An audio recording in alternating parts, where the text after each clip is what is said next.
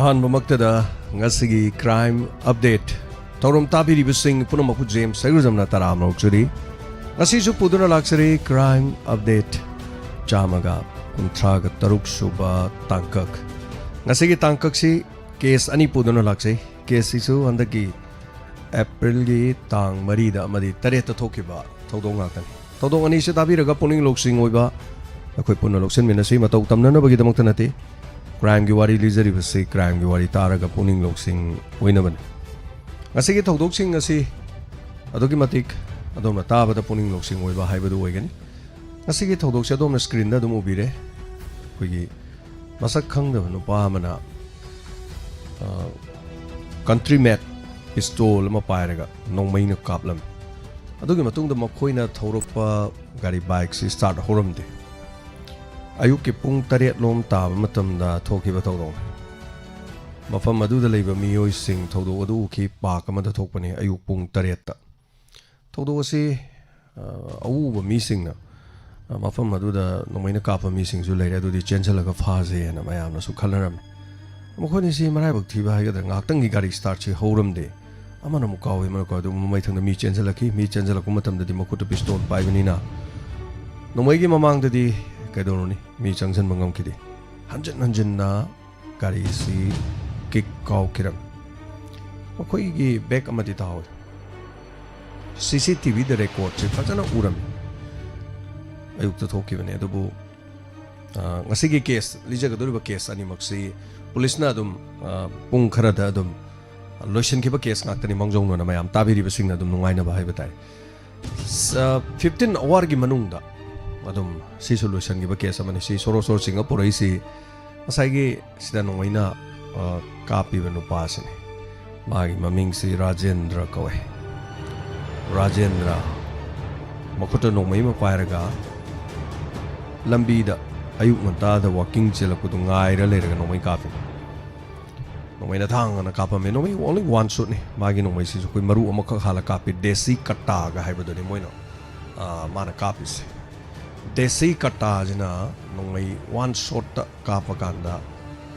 ꯇꯥꯔꯒ ꯂꯩꯍꯧꯔꯦ ꯅꯨꯄꯥꯁꯤ ꯂꯣꯌꯔ ꯎꯀꯤꯜ ꯑꯃꯅꯤ ꯃꯃꯤꯡꯅ ꯔꯥꯖꯤꯕ ꯀꯧꯏ ꯔꯥꯖꯤꯕ ꯁꯤꯡ ꯀꯧꯏ ꯊꯧꯗꯣꯛ ꯊꯣꯛꯈꯤꯕ ꯃꯐꯝꯁꯤ ꯃꯤꯔꯖꯥꯄꯨꯔ ꯀꯧꯏ ꯃꯤꯔꯖꯥꯄꯨꯔꯗ ꯍꯟꯗꯛ ꯑꯦꯄ꯭ꯔꯤꯜꯒꯤ ꯇꯥꯡ 18ꯁꯤꯅ ꯉꯔꯥꯡ ꯅꯍꯥꯟ ꯍꯥꯏꯇꯥꯔꯦꯀꯣ ꯁꯤꯅ ꯌꯥꯝꯅ ꯏꯅꯧ ꯅꯧꯅ ꯊꯣꯛꯈꯤꯕ ꯊꯧꯗꯣꯛꯅꯤ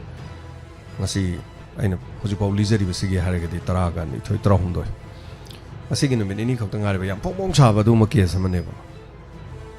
ꯆꯞ ꯀꯔꯤꯒꯤꯅꯣ ꯃꯩ ꯀꯥꯞꯄꯤꯅꯣ ꯀꯃꯥꯏꯅ ꯇꯧꯔꯤꯅꯣ ꯀꯔꯤꯒꯤꯅꯣ ꯍꯥꯏꯕ ꯑꯗꯨꯒ ꯗꯤꯇꯦꯜꯁ ꯔꯥꯖꯦꯟꯗ꯭ꯔ ꯀꯅꯥꯅꯣ ꯀꯔꯤꯒꯤꯅꯣ ꯀꯔꯤ ꯊꯧꯗꯣꯛꯁꯤ ꯀꯃꯥꯏꯅ ꯊꯣꯛꯏꯅꯣ ꯍꯥꯏꯕꯗꯣ ꯑꯗꯨꯒꯤ ꯃꯇꯥꯡꯗꯅꯤ ꯗꯤꯇꯦꯜꯁ ꯃꯌꯥꯝꯗ ꯍꯥꯏꯖꯒꯦ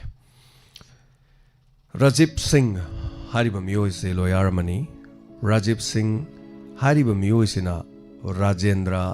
ꯍꯥꯏꯔꯤꯕ ꯅꯨꯄꯥꯁꯤꯒꯤꯗꯃꯛ ꯃꯥꯅ ꯎꯀꯤꯜꯁꯨ ꯑꯣꯏꯕꯤꯌꯦꯕ ꯀꯔꯝꯕ ꯀꯦꯁꯇ ꯃꯥꯁꯤ ꯃꯃꯥꯡꯗ ꯎꯀꯤल ꯑꯃ ꯍꯥꯠꯄꯒꯤ ꯀꯦꯁ ꯑꯃ ꯂꯩ ꯍꯥꯏꯌꯦ ꯃꯥꯁꯤ ꯑꯗꯨ ꯀꯦꯁꯇꯨꯒꯤꯁꯨ ꯃꯥꯅ ꯍꯥꯠꯂꯤ ꯍꯥꯠꯇꯦ ꯇꯧꯕꯒꯤ ꯑꯗꯨ ꯀꯦꯁ ꯑꯃꯁꯨ ꯃꯥ ꯃꯥꯌꯣꯛꯅꯕꯒꯤ ꯃꯥꯅ ꯎꯀꯤꯜ ꯑꯣꯏꯕꯤꯕꯁꯨ ꯂꯩ ꯑꯗꯨꯒ ꯔꯥꯖꯦꯟꯗ꯭ꯔꯁꯤ ꯃꯥ ꯃꯁꯥꯃꯛꯀꯤ ꯃꯕꯣꯛ ꯍꯥꯠꯄꯒꯤ ꯀꯦꯁ ꯑꯃꯁꯨ ꯂꯩ ꯍꯥꯏ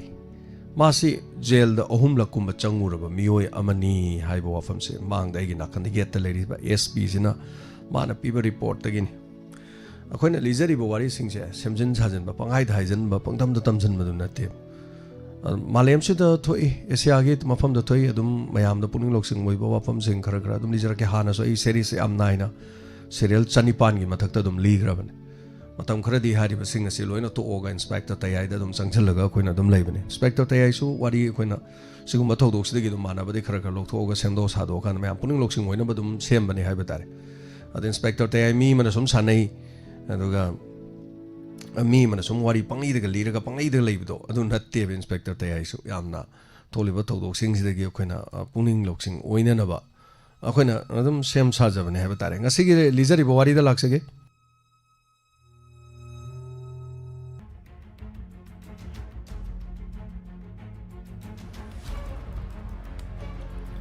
ꯔꯥꯖꯤꯕ ꯁꯤꯡ ꯍꯥꯏꯔꯤꯁꯤ ꯃꯥꯁꯤ ꯂꯣꯌꯔ ꯑꯃ ꯑꯣꯏꯖꯔꯒꯁꯨ ꯃꯥꯒꯤ ꯂꯣꯏꯅꯕꯤꯁꯤ ꯄ꯭ꯔꯇꯤꯚꯥ ꯀꯧꯏ ꯃꯥꯁꯤ ꯃꯣꯏꯒꯤ ꯈꯨꯟꯗꯨꯒꯤ ꯍꯥꯏꯇꯥꯔꯦ ꯈꯨꯡꯒꯪꯗꯨꯒꯤ ꯄ꯭ꯔꯙꯥꯟꯅꯤ ꯃꯥꯁꯨ ꯑꯗꯣ ꯉꯁꯥꯏ ꯔꯥꯖꯦꯟꯗ꯭ꯔ ꯍꯥꯏꯁꯤꯁꯨ ꯃꯥꯁꯤꯁꯨ मासु प्रधान की बोर्ड ले पम्मी है ना हवा है मासे कादी कागी दबजानी प्रतिभादी कारे तो प्रतिभागी ममांग दमागी मपुरे बराजिब सी ताम अनि रक्षु कागी है अदे नुपी की ताम लाख पदगी मागी लोइना भी प्रतिभा से थादोक पनी है अदुना करिगुमा नुंगाइना दब खरदी लेबो ओइरम बताय अदुगा सिगी नुपा नोंगैना कापी नुपा सिनि को ngसाइगी राजेंद्र हाइब नुपा सिननिको नोंगैसे कापम गाड़ी स्टार्ट तौबने अदु होजिक से लंबी द चेक तौब मतम द थौदोक से थोखर मतुंग द लंबी द चेक तौरे सीसीटीवी दसु उरमनिन इराई लाइन खंगे द माने अदुगा मागा गाड़ी तोमिनरिब नुपा फुरित अखोगी चोंगा मरु मचुगे फेले लिब नुपा सि कनानो हाइब खंगद्री हौजी हौजी की ओइना इन वारी से लिरिब मरक्तनि मा फाद्री अदुना 15 आवर की मतुंग दा पुलिस ने चेक तौवे लंबी द गाड़ी चेक तौकांदा नुमिदांग वाइरम हाइतारे पुंग 10 गा मंगा डिफरेंस लेर मतुंग दा मासि लंबी द लाकपने लंबी द लाक द खामोन हाइबने खामोन हाइब मतमदा याखिदे अदुगी मतुंग द पुलिस न नोमैना कापने तो मखोंग द नोमै मरु न पाले सत ngамद्रे सोरो सो चिंग पुखलै सिदि सेउद्रे अद पुलिस न काप मतम द मखोंग द कापे मकोक the कापम तारदि अदुम Siram मजु अदुम यारमने adobo सेउद्रमनि गदोरे hospital the पुरे लाइकनरे अदु कयम लाइन माना प्लान तौरगे दि यंबिउपा करम मतम द महक थुलै करम मतम द महक लाई करम मतम द मसतोक ससिन तौई है याम कुमना सेनर कांदने न पुंग 3 मुक ताबन मा समाय लाय अद मतम खरगी ममांग द सुमाय मयुम द सुदुम लाई है अदुगा मागी द मुत सेल की मतेंग पांगबी दन मनाउ नुपा मगुमना यामना लूना चानसु उकिल राजीव सिंह आइसिन महक सि लूना चानसु तौई है अदु करी मरम द यानरक्तिनो करी तौरिनो हाइबदुदी खंगद्रे अदुना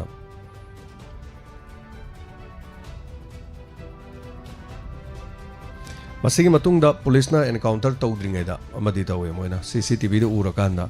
राजेंद्र हारी से फाबंग ममीदा पाउ पीबंग ममीदा लुपा लिसिंग याखै पीने न पुलिस ना सु लाउथुए है अदुगा पुलिस ना लाउथोक सबवानी पुलिस ना टीम ममना लंबीदा मोइगी चेक तौबदनी अदुगा माजे अथु मतम फाना न पुलिस ना टीम मंगा सेमे हैतार केस खरदी पुलिस ना लोइसंदबसु दुम यावी अदुबु मसिगी केस इदि पुलिस ने इराई लाइन लोइसल्ली हाइबतार मतम खरगी ममांग दा राजीव सिंह से ngasi था 3 मुकी ममांग दा मासे 2025 की नवंबर दिसंबर दा वाइदा मासे लंबी दमी अमा खंगना खामगा थांगना यालकिबै थौदो अमसु लई है मासे मतम दा पुलिस दा मागी पुंसी से खर तेमसिंगनरे हाइबगी वाकत अमसु पुलिस दा पीगे है दो पुलिस ने करीमते एक्शन लोखत खिदे हाइबदी मागी पुंसी दा प्रोटेक्शन पीबी दे हाइबगी वन अदुना राजीव सिंह लॉयर मा राजेंद्र महाकी केस पाइबिरिबो उकिलमा अदुना खंगौदना मासु प्रधान जोहाना लेपम बोट काहौदबा दु प्रतिभाना बोटसु लेपा काबा मोय खुंगंग अमदगी होंकटलगा मिर्जापुर की मफम अमदा होजेकी उकिल जिना मार होंकटलगा लेबने माना मो अदुना पुलिस ना थीरगा फानबो हनबदा एनकाउंटर तौगी अमदुदी थीबा खंगदे वाकिंग चटपगी मतम हलकपगी मतम यामना मुन्ना थीरबा मतुंगदा नोंमैना कापकी ओनली वन शॉट कापकी लाइबक थीबदी राजीव सिंह मफम अदुदा ऑन द स्पॉट अयुक तुद दुम लेखिद्रे मियामना नोंमैना कापदु गुंगुंग चेंसलगा फानबो हनबदु अरे मताकी मरमदी मफम अदुदा मकोगी मखुत नोंमैमा पाइबना मरम ओरकांदा अदुना आइना सीसीटीवी दा आइगे तुंगदा इन उचरिबसिनी थौदोगसि हंदकी अप्रैल की तांग 13 एबदी नहान थोकपा थौदोंनी अयुक पुंग 3 तारक मतमदा पार्क ता वॉकिंग चली खंगदगी राजेंद्र नमियो यमगा हाना लुमगा लेरगा वॉकिंग लाकपा गाइखी लंबी दा महाक लेपगा लैखी महाकी मपा योक्सलको मतमदा नोंमै लोड तौखी देसी कता मरु अमखक्ता कापा याबा पिस्तौल दुनी मरु अमा हापा अदुगा कापा अदुगा मरु अमा अदुना सुमना नोंमै से पारगा माक चंगजले सिदा संगजले सिना अदुगा कापे यूट्यूब के पॉलिसी नहीं यादम नहीं ना कापदे उठपे यादम नहीं ना सीसीटीवी दा पे उबदो खर ब्लैक चललिस अदुना नोंमै कापे मदु मतुंग गाड़ी स्टार्ट होद्रे चेनगे तौरे अदुगी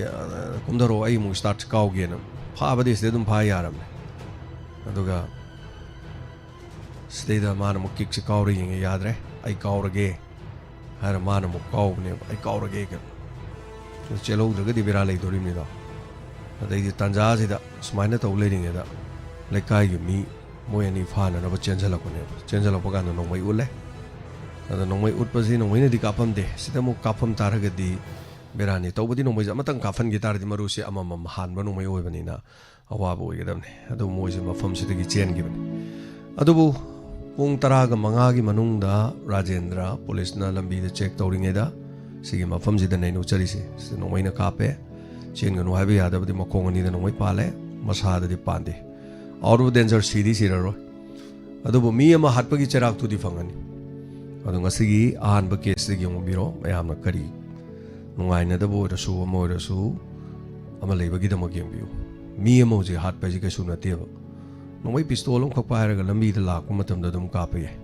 ꯇꯧꯕꯗꯗꯤ ꯃꯤꯗꯨꯗꯤ ꯍꯥꯠꯄ ꯏꯔꯥꯏ ꯂꯥꯏꯕꯒꯨꯝ ꯃꯍꯥꯛꯄꯨꯁꯨ ꯏꯔꯥꯏ ꯂꯥꯏꯅ ꯐꯥꯒꯅꯤ ꯍꯥꯏꯕꯁꯦ ꯃꯁꯤꯁꯨꯅꯤ ꯑꯗꯨꯕꯨ ꯀꯔꯤꯒꯨꯝꯕ ꯃꯇꯝꯗꯗꯤ ꯃꯤ ꯍꯥꯠꯄꯁꯤꯡꯅ ꯃꯤ ꯍꯥꯠꯂꯝꯂꯕ ꯃꯇꯨꯡꯗ ꯃꯤ ꯍꯥꯠꯄ ꯐꯥꯕ ꯉꯝꯗꯕ ꯀꯦꯁ ꯀꯌꯥ ꯃꯔꯨꯝ ꯂꯩꯇꯕ ꯅꯠꯇꯦ ꯉꯁꯤꯁꯨ ꯃꯥꯒꯤ ꯅꯨꯡꯉꯥꯏꯅꯗꯕ ꯊꯧꯗꯣꯛ ꯋꯥꯊꯣꯛꯇ ꯆꯦꯟꯅꯔꯛꯄ ꯃꯤ ꯂꯥꯛꯄ ꯃꯇꯝꯗ ꯃꯤ ꯑꯗꯨꯕꯨ ꯏꯔꯥꯏ ꯂꯥꯏꯅ ꯂꯣꯏꯁꯤꯟꯈꯤꯕ ꯑꯗꯨꯒ ꯉꯁꯤ ꯐꯥꯎꯕꯗ ꯂꯪꯂꯥ ꯂꯪꯖꯤꯟ ꯈꯪꯕ ꯉꯝꯗꯕ ꯀꯌా ꯑꯃꯁꯨ ꯂꯩꯔꯤꯕꯅꯤ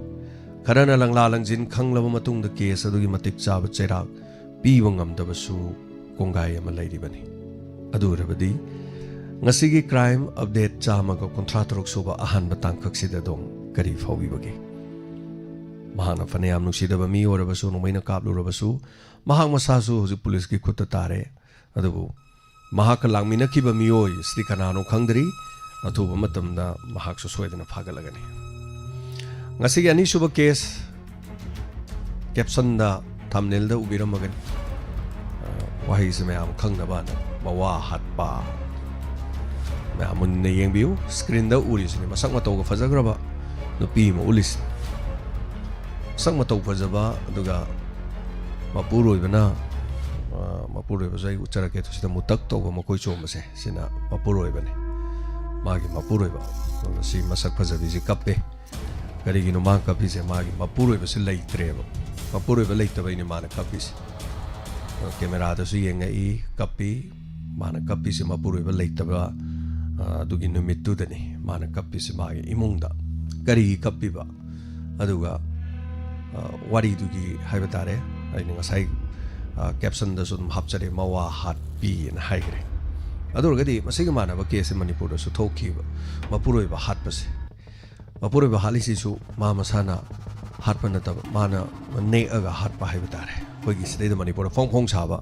case hoina sahi ma panji manung da case aina khangba ani uma thokre haifet haifet ena mamang da lizer ki su lekre karigi da mokto aina lizer ise pung taruk ki manung da police na case loishin kiba loishin da ba case mayam lei adu sigi case ya loishin kiba case ama khangne karamna loisaliba kari tawriba mapuroi ba hana ba kari gi tawriba kari maram gi honariba dizara kadoriba minute thangnaba minute tarasi manung da loishin jage case kaya lei loishin mangam da ba adu sigi case only 6 hour da loishin kiba case amane case ama mi hatpagi case ama ni haibadi ahanbada police na khangba ngamkhideb caption toksanari ni ngasai screen na ngasai no page na kapije ma caption toksanari ni to se mai mapuri baje sire bane ba mapuri si baje ma je caption nari masang ma to phajai yengmada photo do dei aina uchari ba sing su gi loi yeng bi sang ma to phajaraba hojik matam gi haiba tare yengmada changkon bi kari mata watrabi nupi amane adugumlaba mau mahana mapuroi ba han anabagi dama lupa lak amada yanakiba kadai de yanariba mi amada mai mapuroi ba se hatpi yu haidana mana yana thokirame araiba nati mapuroi ba siba da kapsannara toksannara mana leiraga natak haitare drama gi artist hoina kapsannaba toksannaba do adumai tawdana mapuroi ba leitaba je kapsannari mapuroi ba hana nabagi dama lupa lak ama supari pige hairan haiki supari je moi maroni ko khoi sidai da haraga khunek ai baduni koi lon da haraga supari ai khunek to mi khunek to lupa lising yang khai hana advance pyramid lupi sigi maming ju phajai masak ju phajai priyanka kawai lupi sigi maming mayam screen do ubiri sini ko priyanka masak phajai hai bi yaro masak phajai mai wari je pa badai mai photo mayam yengda masak si phajai aduga mapuroi basi ꯍꯥꯠꯅꯅꯕꯒꯤꯗꯃꯛ ꯂꯨꯄꯥ ꯂꯥꯛ ꯑꯃꯗ ꯌꯥꯅꯈꯤ ꯃꯍꯥꯛꯅ ꯂꯨꯄꯥ 50,000 ꯍꯥꯟꯅ ꯄꯤꯊꯣꯛꯈꯤꯔꯝꯃꯤ pre plan ꯃꯔꯗꯔ ꯑꯃꯅꯤ ꯍꯥꯏꯇꯥꯔꯦ ꯊꯧꯗꯣꯛ ꯊꯣꯛꯈꯤꯕ ꯃꯐꯝꯅ ꯃꯙ꯭ꯌ ꯄ꯭ꯔꯗꯦꯁ ꯍꯥꯏꯕ ꯃꯐꯝ ꯍꯥꯏꯇꯥꯔꯦ ꯈ꯭ꯋꯥꯏꯗꯒꯤ ꯆꯥꯎꯕ ꯁ꯭ꯇꯦꯠ ꯏꯟꯗꯤꯌꯥꯒꯤ ꯃꯅꯨꯡꯗ ꯃꯙ꯭ꯌ ꯄ꯭ꯔꯗꯦꯁ ꯃꯄꯨꯔꯣꯏꯕꯒꯤ ꯃꯃꯤꯡꯅ ꯗꯦꯕ ꯀ꯭ꯔꯤꯁꯅ ꯄꯨꯔꯣꯍꯤꯠ ꯀꯧꯏ ꯃꯍꯥꯛꯅ ꯃꯄꯨꯔꯣꯏꯕꯁꯤ ꯁꯤꯕꯁꯦ ꯑꯌꯨꯛꯇ ꯊꯧꯗꯣꯛꯁꯦ ꯊꯣꯛꯄ ꯃꯇꯝꯗ ꯍꯥꯏꯇꯥꯔꯦ ꯀꯃꯥꯏꯅ ꯂꯩꯔꯝꯒꯦꯗ ꯃꯈꯨꯠꯁꯤ ꯃꯥꯅ ꯃꯥꯏ ꯁꯥꯔꯤ ꯑꯃꯅ ꯄꯨꯜꯂ ꯂꯩꯔꯝꯃꯦ ꯃꯥ ꯀꯣꯏꯂꯥꯎ ꯂꯥꯎꯋꯦ ꯀꯣꯏꯀꯞ ꯀꯞꯇꯅ ꯇꯧꯋꯦ ꯑꯗꯩꯗ ꯑꯌꯨꯛꯇ ꯃꯤ ꯃꯌꯥꯝ ꯆꯦꯟꯁꯤꯟꯅꯩ ꯀꯔꯤ ꯇꯧꯔꯦꯅ ꯍꯥꯏ ꯀꯥꯟꯗ ꯁꯅꯥ ꯂꯨꯄꯥꯁꯨ ꯄꯨꯈ꯭ꯔꯦ ꯂꯨꯠ ꯄꯥꯠ ꯇꯧꯈ꯭ꯔꯦ ꯏꯄꯨꯔꯣꯏꯕꯅ ꯃꯗꯨ ꯈꯥꯝꯃꯨꯕꯗ ꯃꯥ ꯍꯥꯠꯇꯣꯛꯂꯝꯃꯦ ꯍꯥꯏꯅ ꯍꯥꯏꯔꯝꯃꯦꯕ ꯃꯌꯥꯝꯁꯦ ꯑꯗꯨꯝ ꯊꯥꯖꯔꯝꯃꯤ ꯃꯔꯝꯗꯤ ꯃꯥꯏ ꯑꯗꯨ ꯑꯣꯏꯔꯤꯕ ꯃꯑꯣꯡ ꯃꯇꯧꯗꯨꯗ ꯍꯥꯏꯇꯥꯔꯦ ꯑꯗꯨꯗꯒꯤ ꯄꯨꯂꯤꯁꯇ ꯄꯥꯎ ꯄꯤꯔꯦ ꯃꯔꯗꯔ ꯀꯦꯁ ꯑꯃ ꯑꯣꯏꯔꯝꯅꯤꯅ ꯂꯨꯠ ꯄꯥꯠ ꯑꯃꯗꯤ ꯃꯔꯗꯔ ꯀꯦꯁ ꯑꯃ ꯑꯣꯏꯔꯝꯅꯤꯅ ꯄꯨꯂꯤꯁꯇ ꯄꯥꯎ ꯄꯤꯔꯦ ꯄꯨꯂꯤꯁ ꯂꯥꯛꯈ꯭ꯔꯦ ꯃꯐꯝꯗꯨꯗ ꯄꯨꯂꯤꯁ ꯂꯥꯛꯑꯒ ꯏꯟꯚꯦꯁꯇꯤꯒꯦꯁꯟ ꯍꯧꯔꯦ ꯄꯣꯠ ꯆꯩ ꯍꯨꯔꯥꯜꯂꯦ ꯍꯥꯏꯁꯤꯕꯨ ꯀꯗꯥꯏꯗꯒꯤꯅꯣ ꯍꯥꯏꯗꯅ ꯍꯪꯀꯥꯟꯗ ꯁꯤꯗ ꯊꯝꯕꯅꯤ ꯁꯅꯥꯅꯤ ꯂꯨꯄꯥ ꯀꯌꯥꯒꯤ ꯁꯅꯥ ꯍꯨꯔꯥꯜꯂꯕ ꯁꯥꯔ ꯂꯨꯄꯥ ꯂꯥꯛ 3 ꯂꯣꯡꯒꯤ ꯁꯅꯥ ꯍꯨꯔꯥꯟꯈ꯭ꯔꯦ ꯁꯦꯜ ꯑꯣꯏꯅ ꯂꯨꯄꯥ 50,000 ꯑꯃ ꯂꯧꯈ꯭ꯔꯦ ꯑꯩꯒꯤ ꯏꯄꯨꯔꯣꯏꯕꯅ ꯌꯦꯠꯅꯔꯨꯕꯗꯨꯗꯩ ꯃꯉꯣꯟꯗ ꯈꯨꯠ ꯊꯥꯔꯛꯇꯅ ꯃꯥꯁꯤ ꯍꯥꯠꯇꯣꯛꯂꯝꯂꯦ ꯍꯥꯏꯔꯦ ꯃꯥꯏ ꯃꯄꯨꯔꯣꯏꯕꯁꯤ ꯂꯩꯃꯥꯏꯗ ꯇꯥꯔꯝꯃꯦ ꯃꯄꯨꯔꯣꯏꯕꯁꯤꯒꯤ ꯃꯥꯒꯤ ꯃꯔꯥꯏꯕꯛ ꯑꯩꯈꯣꯏꯒꯤ ꯀꯣꯛꯀꯤ ꯁꯔꯨꯛꯁꯦ ꯁ꯭ꯋꯥꯏꯗ ꯑꯩꯈꯣꯏꯒꯤ ꯑꯀꯟꯕ ꯄꯣꯠ ꯀꯩꯒꯨꯝꯕ ꯁꯤꯡꯒꯥꯏꯕꯥꯛ ꯀꯩꯒꯨꯝꯕ ꯑꯃꯅ ꯊꯥꯕꯒꯤ ꯍꯥꯏꯇꯥꯔꯦ ꯄꯨꯂꯤꯁꯅ ꯍꯥꯏꯕꯗ ꯃꯣꯏ ꯔꯤꯄꯣꯔꯠꯁꯤꯒꯤ ꯃꯇꯨꯡ ꯏꯟꯅꯀꯣ ꯃꯐꯝ 12 ꯔꯣꯝ ꯂꯩꯔꯝꯃꯦꯕ 12 ꯃꯐꯝ 12 ꯄꯨꯂꯤꯁꯅ ꯈꯤꯇꯪ ꯉꯛꯑꯦ ꯀꯣꯛꯅ 2-3 ꯊꯣꯝꯕꯗꯤ ꯊꯣꯝꯕꯅꯤ ꯃꯐꯝ 12 ꯊꯣꯝꯃꯤꯁꯤ ꯀꯔꯤꯒꯤꯅꯣꯅ ꯄꯨꯂꯤꯁꯅ ꯈꯜꯂꯦꯕ ꯃꯐꯝ 12 ꯊꯣꯝ ꯇꯥꯔꯒꯗꯤ ꯃꯁꯤ ꯂꯃꯟ ꯁꯤꯡꯕ ꯑꯃꯒ ꯃꯔꯤ ꯂꯩꯅꯕ ꯊꯧꯗꯣꯛ ꯑꯃ ꯁꯣꯏ ꯑꯣꯏꯔꯝ ꯇꯥꯏ ꯄꯨꯂꯤꯁ ꯍꯥꯏꯐꯦꯠ ꯆꯤꯡꯅꯔꯦ ꯑꯗꯨ ꯀꯗꯥꯏ ꯅꯪꯒꯤ ꯁꯅꯥ ꯂꯨꯄꯥꯗꯤ ꯀꯗꯥꯏ ꯂꯩꯕ ꯀꯃꯥꯏ ꯂꯩꯕ ꯀꯗꯥꯏ ꯊꯝꯕꯅ ꯍꯥꯏꯔꯦ ꯁꯅꯥ ꯂꯨꯄꯥꯗꯨ ꯁꯤꯗ ꯊꯝꯕꯅꯤ ꯌꯦꯡꯉꯦ ꯄꯨꯂꯤꯁ ꯏꯟꯚꯦꯁꯇꯤꯒꯦꯁꯟ ꯇꯧꯔꯦ ꯏꯃꯨꯡ ꯃꯅꯨꯡꯒꯤ ꯃꯤ ꯄꯨꯂꯤꯁꯀ ꯉꯨꯔꯨꯡꯉꯦ ꯃꯊꯛꯇ ꯑꯃꯨꯛ ꯀꯥꯈꯠꯂꯤ ꯃꯅꯤꯡꯗ ꯑꯃꯨꯛ ꯄꯨꯁꯜꯂꯤ ꯑꯃꯨꯛ ꯇꯧꯏ ꯋꯥꯔꯤ ꯋꯥꯇꯥꯏ ꯁꯥꯟꯅꯩ ꯃꯣꯏꯒꯤ ꯃꯃꯥ ꯃꯄꯥꯁꯤꯡ ꯀꯧꯔꯦ ꯃꯣꯏ ꯃꯐꯝ ꯂꯩꯐꯝꯗꯨꯗ ꯃꯣꯏ ꯑꯅꯤ ꯈꯛꯇꯅꯦꯕ ꯂꯩꯕꯁꯦ ꯑꯗꯨꯒ ꯑꯇꯩ ꯀꯗꯥꯏ ꯂꯩꯕꯅ ꯃꯆꯤꯟ ꯃꯥꯏ ꯃꯅꯥꯎꯁꯤꯡ ꯀꯩ ꯌꯦꯡꯉꯦ ꯋꯥꯔꯤ ꯋꯥꯇꯥꯏ ꯄꯨꯂꯤꯁꯅ ꯑꯃꯃꯝꯇ ꯋꯥꯔꯤ ꯁꯥꯟꯅꯔꯤꯕ ꯃꯇꯝꯗꯤ 6 hour ꯈꯛꯇꯅꯤꯀோ ꯑꯩꯈꯣꯏꯒꯤ ꯄꯨꯡ ꯀꯩꯅꯣ ꯈꯛꯇꯅꯦꯕ ꯄꯨꯡꯗꯤ 6 ꯈꯛꯇꯅꯦꯕ ꯊꯧꯗꯣꯛ ꯊꯣꯛꯏꯕ ꯅꯨꯃꯤꯠꯁꯦ ꯑꯦꯄ꯭ꯔꯤꯜꯒꯤ ꯇꯥꯡ 8ꯗ ꯊꯣꯛꯄꯅꯤ ꯑꯗꯨꯒ ꯊꯧꯗꯣꯛꯁꯤ ꯊꯣꯛꯅꯅꯕꯒꯤꯗꯃꯛ ꯄ꯭ꯂꯥꯟ ꯇꯧꯈꯤꯕꯅ ꯑꯦꯄ꯭ꯔꯤꯜꯒꯤ ꯇꯥꯡ 4ꯗꯅꯦꯕ ꯁꯤꯒꯤ ꯊꯧꯗꯣꯛꯁꯤ ꯊꯣꯛꯍꯟꯒꯦꯅ ꯇꯧꯕꯁꯦ ꯑꯗꯩꯗ ꯃꯣꯏ ꯍꯧꯖꯤꯛꯀꯤ ꯃꯤ ꯍꯥꯠꯄ ꯃꯤꯗꯣ ꯃꯥ ꯊꯕꯛ ꯁꯪꯗꯕ ꯍꯥꯏꯇꯥꯔꯦ ꯊꯕꯛ ꯁꯪꯗꯕꯗꯨꯗꯒꯤ ꯇꯥꯡ 8ꯗ ꯄ꯭ꯂꯥꯟ ꯑꯃꯨꯛ ꯇꯧꯕꯅꯦꯕ ꯇꯥꯡ 8ꯁꯦ ꯑꯩꯈꯣꯏꯒꯤꯁꯨ ꯂꯥꯏꯕꯛ ꯊꯤꯕ ꯊꯧꯗꯣꯛ ꯑꯃ ꯊꯣꯛꯏ ꯃꯅꯤꯄꯨꯔꯗ ꯅꯨꯡꯁꯤꯔꯕ ꯏꯆꯥ ꯑꯅꯤ ꯍꯥꯏꯕ ꯇꯥꯔꯦ ꯑꯩꯈꯣꯏ ꯗꯥꯏꯃꯟ ꯗꯣꯅꯔꯁꯀꯤꯁꯨ ꯐꯦꯃꯤꯂꯤꯒꯤ ꯃꯦꯝꯕꯔ ꯑꯣꯏꯕ ꯍꯥꯏꯕ ꯇꯥꯔꯦꯀꯣ ꯏꯆꯥ ꯑꯅꯤꯒꯤ ꯊꯋꯥꯏ ꯃꯥꯡꯈꯤꯕ ꯅꯨꯃꯤꯠꯇꯨꯅꯤ ꯌꯥꯝ ꯂꯥꯏꯕꯛ ꯊꯤꯕ ꯑꯗꯨꯒ ꯑꯗꯨꯃꯛꯀꯤ ꯅꯨꯃꯤꯠꯇꯨꯗ ꯊꯣꯛꯄ ꯊꯧꯗꯣꯛꯅꯤ ꯍꯥꯏꯇꯥꯔꯦ ꯑꯩ ꯂꯤꯖꯔꯤꯁꯦ ꯈ꯭ꯋꯥꯏꯗꯒꯤ ꯑꯞꯗꯦꯠ ꯑꯣꯏꯕ ꯈ꯭ꯋꯥꯏꯗꯒꯤ ꯂꯦꯇꯦꯁ ꯑꯣꯏꯕꯗꯨꯅꯤ ꯑꯗꯣ ꯄꯨꯂꯤꯁꯅ ꯀꯔꯝꯅ ꯈꯪꯉꯛꯏꯅꯣ ꯀꯃꯥꯏꯅ ꯈꯪꯉꯛꯏꯅꯣ ꯃꯄꯨꯔꯣꯏꯕ ꯍꯥꯠꯂꯦ ꯍꯥꯏꯁꯤ ꯀꯃꯥꯏꯅ ꯈꯪꯉꯛꯏꯅꯣ ꯍꯥꯏꯕꯒꯤ ꯋꯥꯔꯤꯗꯨꯗ ꯑꯃꯨꯛ ꯂꯥꯛꯆꯔꯛꯀꯦ ꯋꯥꯔꯤꯗꯤ ꯉꯁꯥꯏꯅ ꯀꯦꯞꯁꯟꯗ ꯑꯩꯅ ꯍꯥꯏꯗꯣꯛꯈ꯭ꯔꯦꯕ ꯃꯋꯥ ꯍꯥꯠꯄꯤꯅ ꯍꯥꯏꯗꯣꯛꯈ꯭ꯔꯦꯕ ꯑꯗꯨꯅꯗꯤ ꯅꯨꯄꯤꯁꯤꯅ ꯃꯋꯥ ꯍꯥꯠꯂꯅꯤ ꯑꯗꯩ ꯃꯃꯤꯡꯁꯨ ꯁꯤꯗꯩꯗ ꯑꯩꯅ ꯀꯦꯞꯁꯟꯗ ꯂꯨꯄꯥ ꯂꯥꯛ ꯑꯃ ꯄꯤꯔꯦ ꯍꯥꯏꯕ ꯋꯥꯐꯝꯁꯨ ꯍꯥꯏꯗꯣꯛꯈ꯭ꯔꯦ ꯂꯣꯏ ꯍꯥꯏꯗꯣꯛꯈ꯭ꯔꯦꯕ ꯋꯥꯔꯤꯗꯤ ꯂꯣꯏ ꯂꯤꯊꯣꯛꯈ꯭ꯔꯦꯕ ꯑꯗꯨ ꯋꯥꯔꯤꯗꯤ ꯂꯤꯊꯣꯛꯈ꯭ꯔꯒꯁꯨ ꯀꯔꯝꯅ ꯍꯥꯠꯂꯤꯅꯣ ꯀꯔꯤꯒꯤ ꯍꯥꯠꯂꯤꯅꯣ ꯀꯔꯝꯍꯥꯏꯅ ꯇꯧꯕꯅꯣ ꯍꯥꯏꯕ ꯋꯥꯐꯝꯗꯣ ꯑꯗꯨꯗ ꯑꯃꯨꯛ ꯂꯥꯛꯆꯒꯦꯕ ꯃꯙ꯭ꯌ ꯄ꯭ꯔꯗꯦꯁꯀꯤ ꯙꯔꯀꯥꯄꯨꯔꯥ ꯍꯥꯏꯕꯀꯣ ꯁꯤꯒꯤ ꯃꯐꯝꯁꯤꯗ ꯊꯣꯛꯈꯤꯕ ꯊꯧꯗꯣꯛꯅꯤ ꯄꯨꯂꯤꯁꯅ ꯄꯣꯠ ꯆꯩ ꯍꯨꯔꯥꯟꯕꯒꯤ ꯀꯦꯁꯇ ꯍꯥꯟꯅ ꯏꯟꯚꯦꯁꯇꯤꯒꯦꯁꯟ ꯇꯧꯔꯝꯃꯤ ꯏꯃꯨꯡ ꯑꯁꯤꯗ ꯍꯨꯔꯥꯟꯕꯅ ꯂꯨꯠ ꯄꯥꯠ ꯇꯧꯕꯒꯤ ꯄꯣꯠ ꯆꯩ ꯀꯃꯥꯏ ꯇꯧꯕꯅꯣ ꯀꯔꯝ ꯇꯧꯕꯅꯣ ꯍꯥꯏꯅ ꯏꯟꯚꯦꯁꯇꯤꯒꯦꯁꯟ ꯇꯧꯔꯦꯕ ꯏꯃꯨꯡꯗ ꯂꯩꯔꯤꯕ ꯄꯣꯠ ꯆꯩꯁꯨ ꯍꯨꯔꯥꯟꯕꯅ ꯂꯥꯛꯑꯀꯥꯟꯗ ꯄꯣꯠ ꯍꯨꯔꯥꯟꯕꯒꯤ ꯃꯑꯣꯡꯁꯦ ꯄꯨꯂꯤꯁꯁꯤ ꯁꯨꯝ ꯊꯦꯡꯅꯔꯕꯅ ꯈꯪꯉꯦ ꯍꯨꯔꯥꯟꯕꯅ ꯄꯣꯠ ꯍꯨꯔꯥꯟꯀꯥꯟꯗ ꯀꯃꯥꯏꯅ ꯇꯧꯏ ꯄꯨꯂꯤꯁꯅ ꯏꯃꯨꯡꯗ ꯌꯦꯡꯀꯥꯟꯗ ꯍꯨꯔꯥꯟꯕꯒꯤ ꯄꯣꯠꯁꯤ ꯃꯥꯟꯗꯕ ꯍꯥꯏꯇꯥꯔꯦ ꯂꯨꯄꯥ ꯂꯥꯛ 3ꯒꯤ ꯁꯅꯥ ꯂꯨꯄꯥꯁꯨ ꯂꯧꯒꯦ ꯍꯥꯏꯁꯦ ꯑꯝꯇ ꯃꯥꯟꯗꯦꯗ ꯄꯨꯂꯤꯁꯅ ꯍꯧꯔꯦꯕ ꯑꯗꯨꯋꯥꯏꯗꯒꯤ ꯏꯃꯨꯡ ꯃꯅꯨꯡꯒꯤ ꯃꯤꯁꯨ ꯋꯥꯔꯤ ꯂꯣꯏ ꯁꯥꯔꯦꯀꯣ ꯑꯃꯃꯝ ꯋꯥꯔꯤꯁꯨ ꯂꯣꯏ ꯁꯥꯔꯦ ꯑꯗꯒꯤ ꯅꯨꯄꯤꯁꯤꯅ ꯃꯥꯒꯤ ꯃꯄꯨꯔꯣꯏꯕ ꯁꯤꯔꯤꯉꯩ ꯃꯅꯨꯡꯗꯨꯗꯅꯤꯀꯣ ꯁꯤꯅꯤ ꯃꯥꯅ ꯀꯞꯄꯤꯁꯦ ꯅꯨꯃꯤꯠꯇꯨꯗꯅꯤ ꯄꯨꯂꯤꯁꯅ ꯐꯥꯗꯣꯏꯕ ꯅꯨꯃꯤꯠ ꯃꯥꯅ ꯃꯄꯨꯔꯣꯏꯕꯕꯨ ꯍꯥꯜꯍꯟꯕ ꯅꯨꯃꯤꯠꯇꯨꯗꯅꯤ ꯃꯥꯒꯤ ꯃꯃꯤꯠꯁꯤꯗ ꯈꯣꯐ ꯑꯀꯤꯕ ꯑꯗꯨꯒ ꯇꯦꯔꯔ ꯀꯔꯤꯝꯇ ꯃꯥꯒꯤ ꯃꯃꯤꯠꯁꯤꯗ ꯌꯥꯎꯗꯕꯅꯤ ꯗ꯭ꯔꯃꯥ ꯇꯧꯕ ꯃꯥꯟꯕ ꯇꯧꯁꯤꯟꯅꯕ ꯃꯥꯟꯕ ꯃꯥꯒꯤ ꯃꯁꯛꯁꯤꯗꯀꯣ ꯃꯥꯒꯤ ꯀꯩꯅꯣꯁꯤꯗ ꯑꯣꯏꯔꯤꯕ ꯐꯤꯕꯝꯁꯤꯕꯨ ꯍꯥꯏꯇꯥꯔꯦ kapsan lauksan na ba man bam khak yaw bane mai ste adaida nangi sana lupa du di kamai to lupa la ke ha gi huran gi bai lupa la ahum gi huran gi bane hai la ahum long gi sana lupa chap chana la ahum oi bra mani la ahum long gi oi bane hai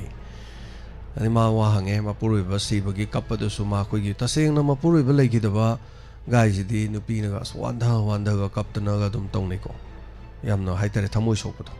ma di khara kapsan lok chan je police na ju dum ma le ba mai nu mit tu da so adai di thiro imung manung da thiro lupa la hong gi sana lupa na te leitra ba leitre se ne ba fare leitra di moi police ki mi kangu da hai re amuna ka ma yum ma thaka je ka khalo te te ka khala gam te yengo ma phom karai dam te lei gem to mun nam te yengo na hai re adai koi thi ba hore imung manung je police na fak ta no khot na loi hange to bu da di sana lupa du man khura le hai jan bai wani sana lupa du man upu de lok tho mai ka to ba da sum tham du police na sum mathang pu thore sana du sina kari sana no sina kari sana no pu thore ma gi hana lei jaba sana ne o mangi ba sana du natte ba okay sida lei ram ji kari gi no sana lupa thambam da len du ji kai no da ching na ba dam haure ai di mangi ba lupa la ohum long gi oi ba sana se mai yum du phange number 1 number 2 mana magi sari input thore ba mana ta tai ba kari no si sari jai ai khut to pulam bai ni moina hai sari no khut to pulam mi hai ba wa pham du da muk thajadre thori no pulam mi na tra kai no pulam mi hai bo rati toksin na ba ya male hai tare mai wa pham ji da hai tare adai di muk aseng wa pham di kari lai do lohong ba kayam kui ra ge na hai kan lohong ba ji chahi tara su re ba kana ga lohong ba magi ma puroi ba dev krishna purohit ka lohong ba je chahi tara rom su re ado mokhoi ani ji ngahang lai ta ni ngai sangda nei hai ba se imung manung hai ba di dev krishna purohit ki imung manung gi mioi na hai ba yam khana gra poni moni se leibam jabang khang ja na te yam tatana khane nupi je hantak mapam da su chatlu bani mapam da gi halak pa kuidri bani hai da na mokhoi gi imung manung na hai re ba hai ba di nupa du gi mari mata na hai re ba koi mau se phadi yam pha bani masang ma to yam pha ja bani adu cha nupa ga kaya he na cha na de da mo che cha nupa ji moi na ne mui khara hai thi khara hai adagi masak pha ja de khara hai nang ai ga khaina ra si khaina na ba silu nang na ibu lu na cha na thambi de nang na koi ba pu bi de adu nang na ibu nungai na thambi de adu na nang ga ga lemi na ba punchi ji nungai te ga na hai ra ga asai ipam da leiru gi ge ga ne ma pam da ga thode sa tho ga kui na ge ta lei tho ba ja ni da kaina bra su pura kaina da ba anu pa ji su karim hai bi da ja ni da ma su khara mujaba ga thijaba ga sum khara oi jaba du da ma ju no pi masak pa jabam laurum ni no ko da sala ai ji kai no hai ka na masak pa jabi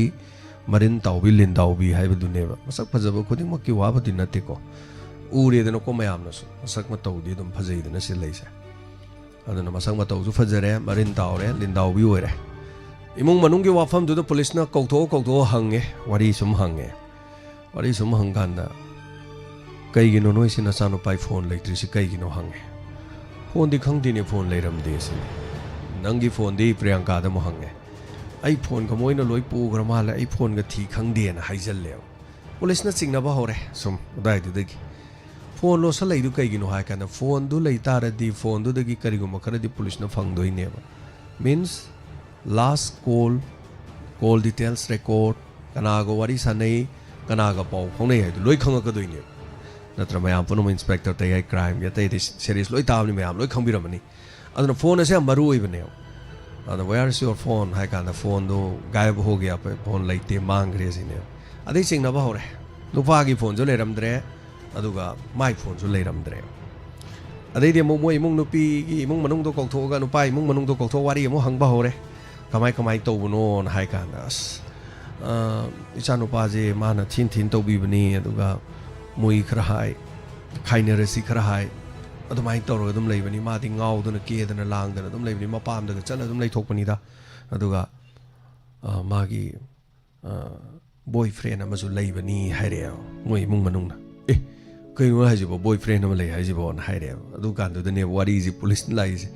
ai liu da wari ji sum kano tawdra wani adu wari di kai no hai kan nga sai gi boyfriend am lei en haira po afam du da gi police na kana no boyfriend du gi maming di maming du kamles ko i sine kari kamles ko ba do 2017 ꯑꯗꯨꯋꯥꯏꯗꯨꯗꯒꯤ ꯃꯔꯤ ꯂꯩꯅꯔꯛꯄꯅꯤ